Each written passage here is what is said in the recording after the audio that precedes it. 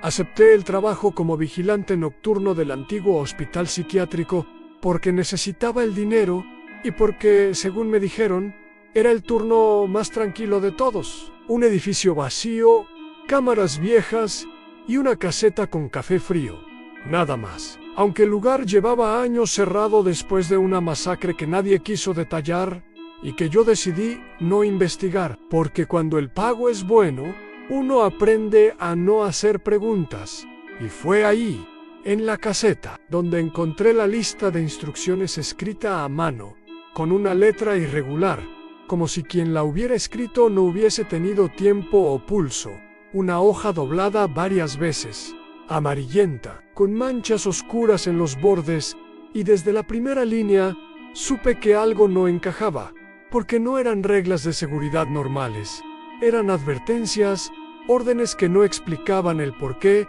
solo lo que no debía hacer. Y la primera decía claramente que no entrara jamás al pabellón C, incluso si escuchaba golpes desde adentro, incluso si alguien gritaba mi nombre, incluso si parecía una emergencia, y aunque sonreí con nerviosismo pensando que era una broma pesada de algún ex empleado, doblé el papel y lo guardé en el bolsillo, porque en lugares así, el escepticismo siempre llega tarde. La segunda instrucción era aún más extraña. Decía que a las 3 de la madrugada debía anotar cuántas luces se encendían solas en el edificio y que bajo ninguna circunstancia intentara apagarlas, como si las luces fueran algo más que simples interruptores defectuosos. Y la tercera advertía que si alguien pedía ayuda por la radio, no respondiera, sin importar la urgencia o el tono. Lo cual no tenía sentido porque el hospital no tenía personal, ni pacientes, ni médicos, ni nadie, solo yo. Solo silencio y el zumbido constante de los tubos fluorescentes. Y aún así, seguí leyendo, porque cuando uno está solo de noche, la mente necesita algo a lo que aferrarse, aunque ese algo sea una lista escrita por alguien que claramente estaba aterrorizado. Y mientras caminaba por los pasillos para hacer la ronda inicial, noté que el pabellón C estaba al fondo, separado del resto por una puerta metálica reforzada, marcada con pintura descascarada, y detrás de ella algo golpeó una vez, despacio, como si alguien estuviera probando que aún podía hacerse oír,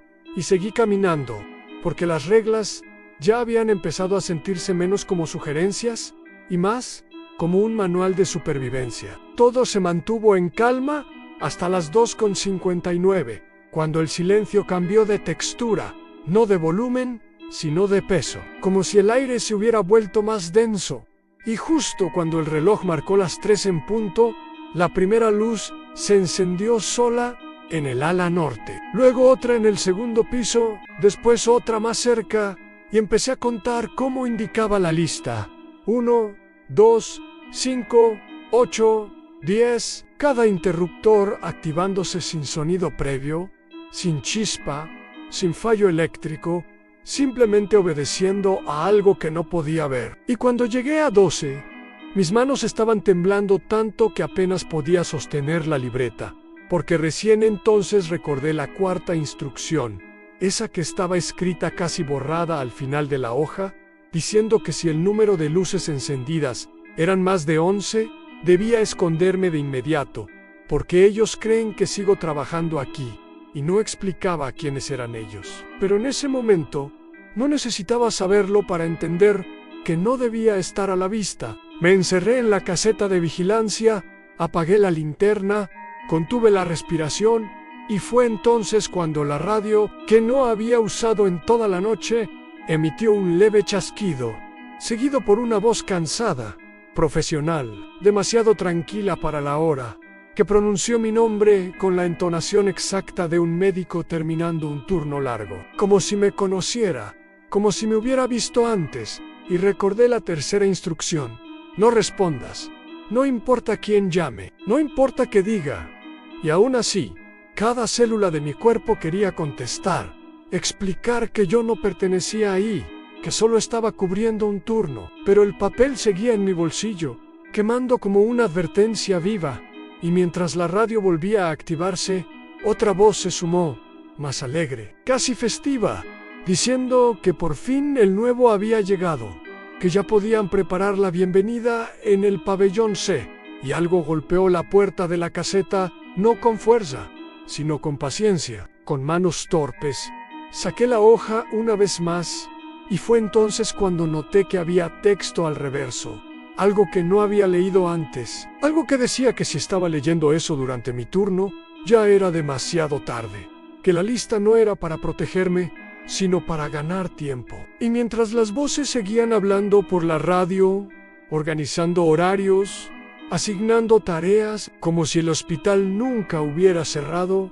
entendí que el trabajo nunca fue abandonado, solo era una herencia, y que las luces no se encendían solas para asustar, sino para anunciar que el turno había comenzado. Y ahora, mientras la puerta de la caseta cruje lentamente, y alguien gira el picaporte desde afuera con absoluta familiaridad, comprendo que no me contrataron para vigilar el hospital, me contrataron para quedarme en él, porque alguien siempre tiene que cubrir el turno nocturno. Y esta vez, me tocó a mí. El golpe en la puerta de la caseta cesó de repente, y ese silencio fue peor que cualquier ruido, porque significaba que ya no estaban probando, estaban esperando,